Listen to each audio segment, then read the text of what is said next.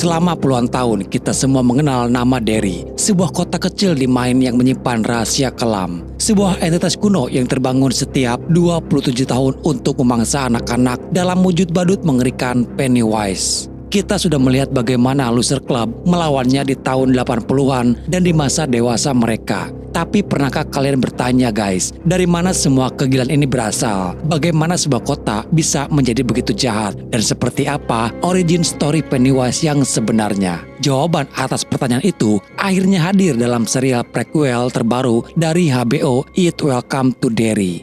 Serial ambisius ini membawa kita mundur ke tahun 1960-an. Puluhan tahun sebelum George Denberg kehilangan perahunya. Kita akan mengikuti sekelompok remaja baru yang harus menghadapi siklus awal teror ini sekaligus mengungkap konspirasi yang ditutup-tutupi oleh para orang dewasa di kota itu.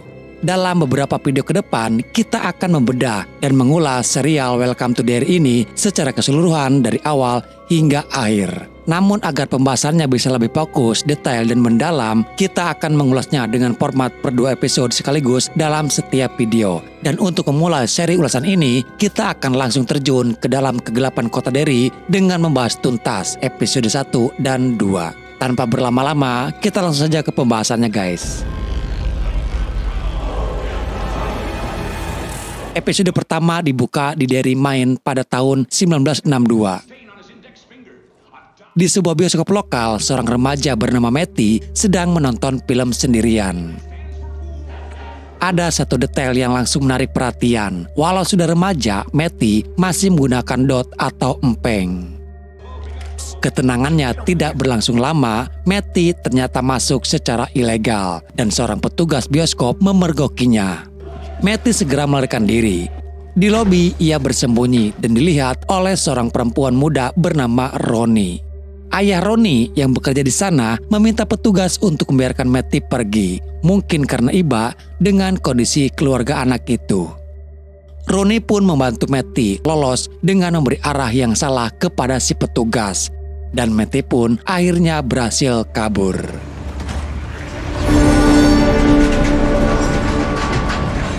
Malam itu salju turun cukup lebat. Matty berjalan sendirian di kegelapan, berusaha meminta tumpangan. Tujuannya jelas, ia ingin kabur dari kota Derry. Sebuah mobil akhirnya berhenti. Isinya adalah sebuah keluarga, ayah, ibu yang sedang hamil tua, dan kedua anak mereka. Mereka mengizinkan Matty menumpang. Saat ditanya tujuannya, Matty hanya menjawab, kemana saja asal tidak di kota Derry. Perjalanan pun dimulai, namun suasana di dalam mobil terasa aneh. Puncaknya adalah ketika anak tertua di keluarga itu membuka sebuah kotak berisi hati mentah. Menyentuhnya lalu mencium jarinya. Matty sadar kalau ia hanya menumpang dan memilih untuk diam. Namun ketika si anak menyodorkan jarinya ke arah Matty, ia mulai merasa tidak nyaman. Kecurigaan Matty terbukti saat ia melihat papan bor yang menampilkan selamat datang di kota Derry kembali, dan mobil mereka kembali ke kota Derry. Matty panik dan meminta diturunkan, tapi permintaannya diabaikan. Pintu mobil dikunci. Dalam keputusasaan, Matty mencoba merebut kemudi, namun ia tidak sengaja memukul perut si ibu yang sedang hamil. Anehnya, anggota keluarga yang lain justru malah bersorak. Si ibu tiba-tiba mengalami kontraksi hebat dan melahirkan sesuatu yang mengerikan di dalam mobil. Itu bukan bayi manusia, melainkan sosok monster kecil dengan sayap seperti kelelawar. Makhluk itu langsung mengacau, sementara keluarga itu bersorak gembira. Matty yang ketakutan refleks menggunakan dotnya lagi. Saat bayi monster itu menyerangnya, dotnya terlempar keluar mobil. Dan tepat di momen itulah, series It Welcome to Derry pun dimulai.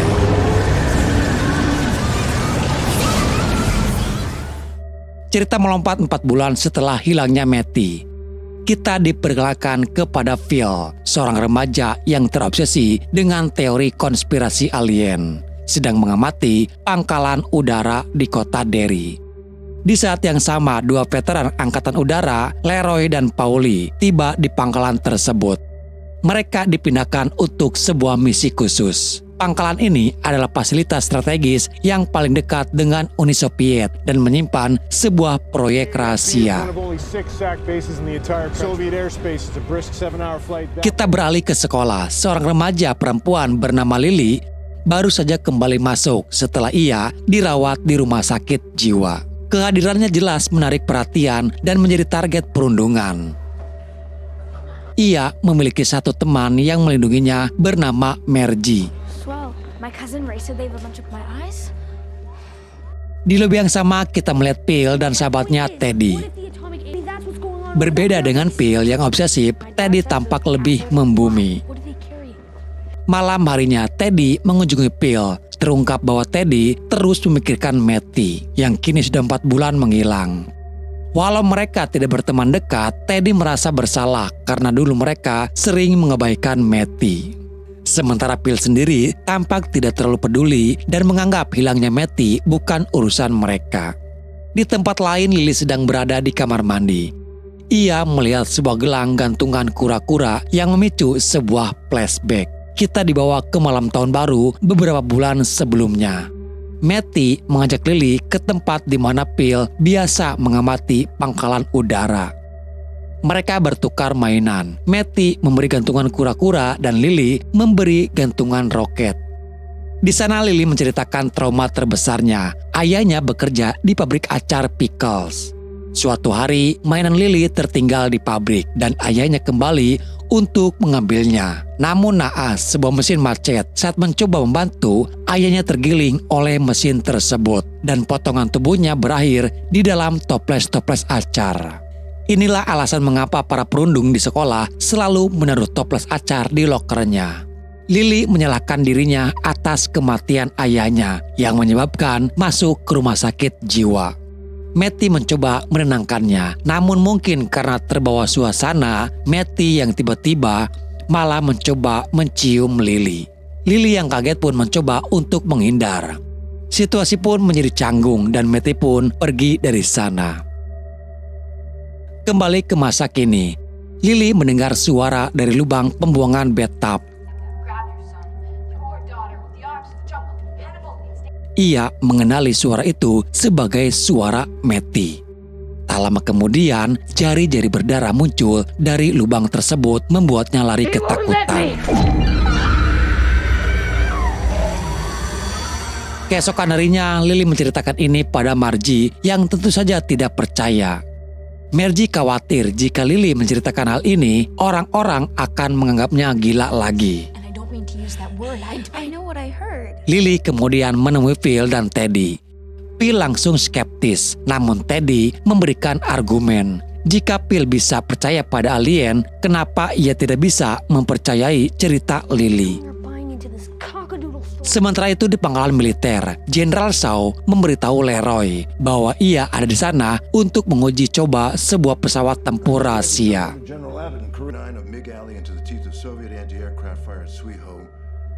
Di saat yang sama, Teddy mengalami terornya sendiri. Saat sedang membaca komik, lampu bacanya tiba-tiba mati menyala. Sebelum akhirnya, kap lampunya berubah menjadi wajah monster yang berteriak. Teddy terkejut, namun saat ia membuka mata, semuanya kembali normal. Kejadian ini meyakinkan Teddy. Ia, Lily, dan Phil sadar bahwa mereka tidak bisa melapor ke siapapun dan harus mencari tahu sendiri apa yang terjadi pada Matty. Mereka pun pergi ke perpustakaan ditemani adik perempuan Phil, Sus. Dari arsip koran mereka menemukan bahwa orang terakhir yang melihat Matty adalah Rooney dari bioskop. Mereka menemui Rooney namun diusir. Rooney masih trauma karena polisi sempat menyudutkan ayahnya dalam kasus hilangnya Matty hanya karena mereka berkulit hitam. Saat mereka hendak pergi, Phil tanpa sengaja menyebut mendengar musik dari lubang pembuangan. Rooney mendengarnya. Ternyata ia juga mendengar suara aneh di pipa-pipa bioskop. Sebuah lagu dari film musikal terakhir yang ditonton Matty. Malam itu Rooney membawa mereka semua, Lily, Phil, Teddy, dan Sus, menyelinap ke bioskop yang sudah tutup. mereka memutar kembali film musikal tersebut. Lily mengenali lagunya. Itu lagu yang sama yang ia dengar dari lubang pembuangan. Lalu tiba-tiba sesuatu yang mustahil terjadi. Mereka melihat Matty di dalam layar film. Dan anehnya Matty bisa berinteraksi dengan mereka. Mereka bisa berbicara dua arah. Saat mereka berkata ingin menyelamatkannya, Matty menjawab bahwa itu bohong. Justru alasan aku di sini adalah karena kalian, katanya. Wajah Matty kemudian berubah, menyeringai, mengerikan seperti Pennywise. Ia terlihat menggendong bayi monster itu. Lalu Matty melemparkan bayi monster tersebut, menembus layar bioskop dan masuk ke dunia nyata. Kekacauan terjadi, makhluk itu langsung menyerang.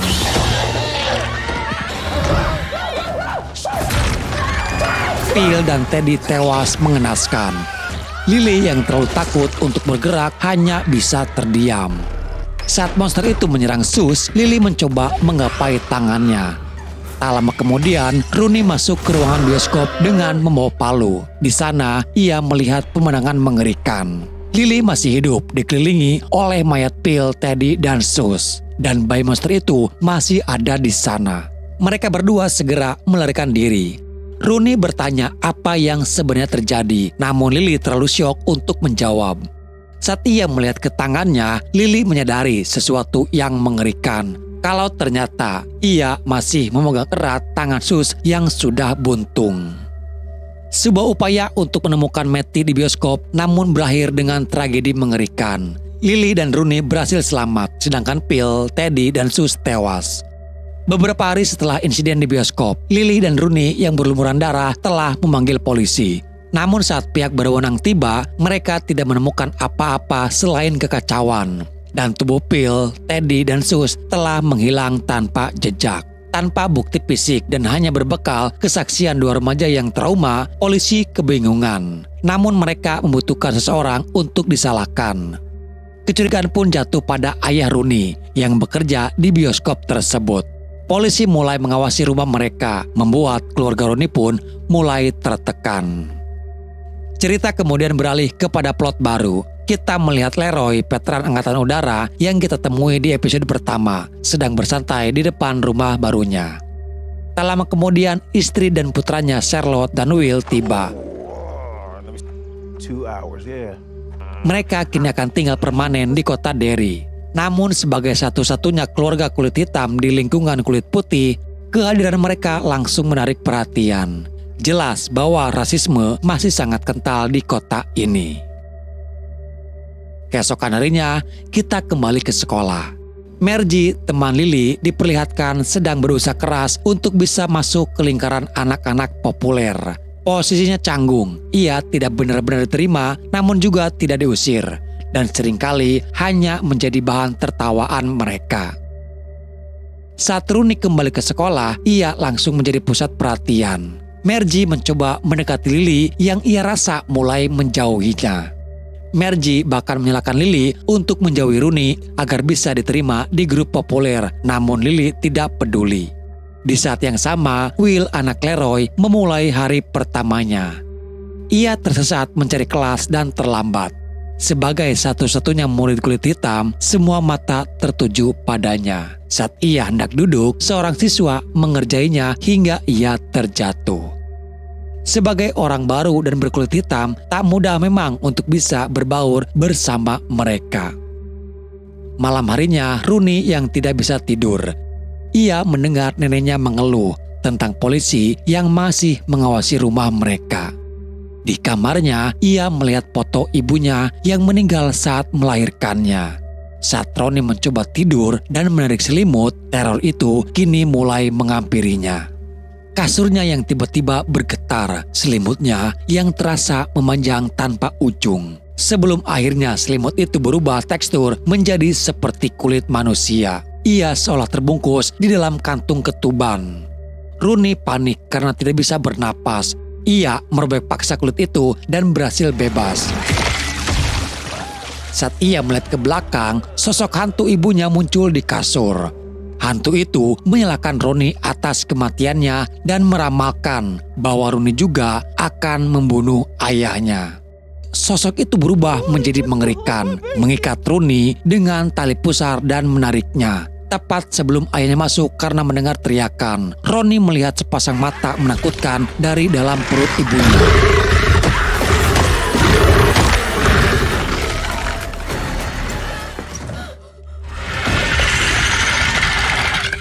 Seketika, semua penglihatan itu menghilang. Di tempat lain, kepala polisi Derry sedang bersantai di sebuah bar. Ia didatangi oleh 2 anggota Dewan Kota yang menekannya untuk segera menangkap ayah Ronnie sebagai pelaku pembunuhan. Walau tidak ada bukti, mereka butuh orang untuk disalahkan agar kasus ini tidak menjadi kasus yang tidak jelas. Mereka juga mengancam akan mencopot jabatannya jika tidak melakukannya.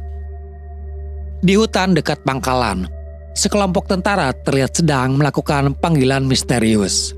Seorang pria bernama Dick tampak memimpin pencarian titik gali. Dan ini adalah penggalian keempat. Diketahui kalau mereka sedang mencari sesuatu yang sangat penting.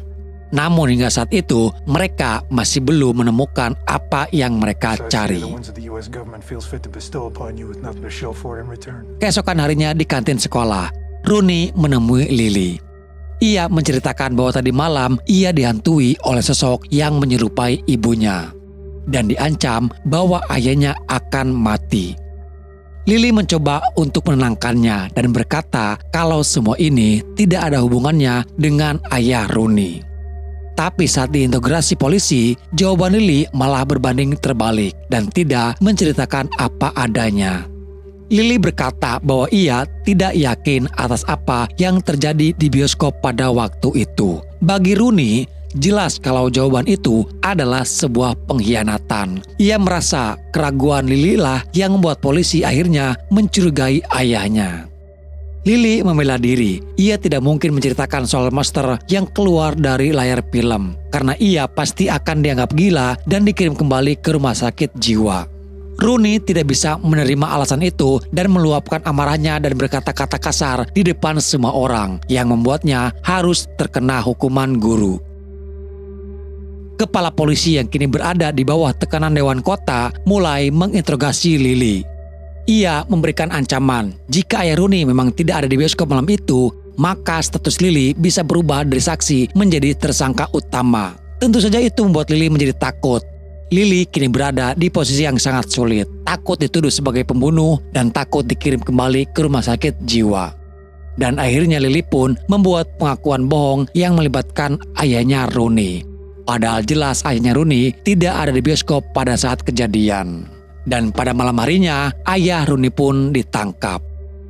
Ronnie yang hancur karena ayahnya yang tidak tahu apa-apa malah menjadi tersangka. Dia berlari menuju ke rumah Lily meminta penjelasan. Namun Lily mengatakan bahwa dia tidak mengatakan apa-apa kepada polisi. Keesokan harinya, Leroy menuju ke ruangan tahanan untuk menemui Sersan Master. Kemudian ia menemui Jenderal Shaw. Ternyata di balik semua ini adalah bagian rencana Jenderal Shaw. Jenderal mendengar kalau Leroy mengalami cedera otak yang membuat rasa takutnya hilang. Jenderal lalu membawa Leroy ke tempat penelitian rahasia di airbase. Dia menjelaskan kalau Uni Soviet dan Kuba sedang menjalankan sebuah fasilitas nuklir rahasia. Jika nuklir itu berhasil dibuat, maka Uni Soviet bisa menyerang Amerika dalam hitungan menit. Di sini Jenderal Shaw butuh bantuan Leroy untuk mencegah itu terjadi. Galian yang kini sedang mereka lakukan adalah untuk mencari sebuah senjata kuno rahasia yang terkubur di kota Derry sejak lama. Konon senjata ini bisa mengeluarkan kekuatan yang sangat luar biasa. Bahkan orang yang mendekatinya saja bisa lumpuh. Karena Leroy yang mengalami cedera tidak bisa merasakan rasa takut, oleh karena itulah ia cocok untuk misi pencarian senjata rahasia ini. Jenderal Shaw tidak tahu banyak tentang senjata ini atau siapa yang membuatnya. Episode ini ditutup dengan Lily. Ibunya menyuruh Lily untuk berbelanja ke supermarket.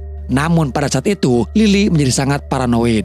Ia merasa semua orang di toko itu memperhatikan dirinya. Seorang pria menakutkan mengikutinya, berbisik bahwa ia seharusnya dikurung.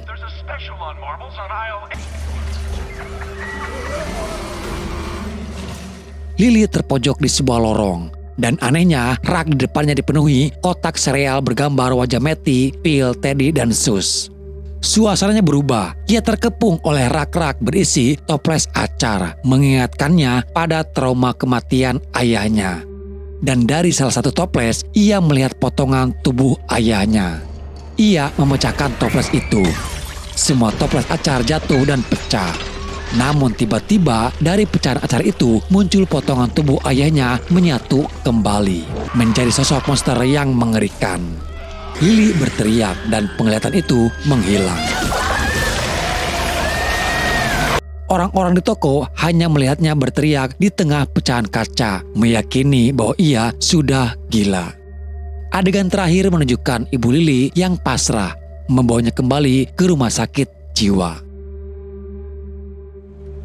Bersama dengan itu, di lokasi penggalian, tim Jenderal Shaw berhasil menemukan sesuatu. Sebuah mobil tua ditarik dari dalam tanah. Di dalamnya terdapat kerangka manusia. Dan itulah penutup untuk episode yang kedua, guys. 2 episode pembuka ini benar-benar tidak memberi ampun. Geng yang baru kita kenal, Phil, Teddy, dan Sus langsung dieliminasi dan tubuh mereka menghilang tanpa jejak. Para penyintasnya kini berada di posisi yang sangat sulit. Lily, saksi kunci satu-satunya, justru kembali dikirim ke rumah sakit jiwa, membuatnya terisolasi. Sementara Rooney kini harus berjuang sendirian setelah ayahnya dijebak sebagai kambing hitam. Jelas sekali Pennywise tidak hanya menggunakan teror supernatural, tapi juga memanfaatkan kebobrokan sistem dan manusia di kota Derry untuk menghancurkan korbannya. Namun ini jelas baru permulaan, guys. Kini pertanyaan besarnya adalah apa yang akan Lily hadapi di dalam rumah sakit jiwa? Apakah dia benar-benar akan aman di sana? Dan langkah apa yang akan diambil Rooney untuk menyelamatkan ayahnya seorang diri? Di sisi lain, plot militer yang melibatkan Leroy membuka misteri yang jauh lebih besar. Senjata rahasia yang sebenarnya terkubur di bawah kota Derry. Apa yang mereka temukan dari mobil tua yang baru saja mereka gali dari dalam tanah? Dan yang terpenting, bagaimana semua ini terhubung dengan entitas kuno yang kita kenal sebagai It. Episode 3 dan 4 tampaknya akan mengungkap lapisan konspirasi yang jauh lebih besar dan lebih kelam.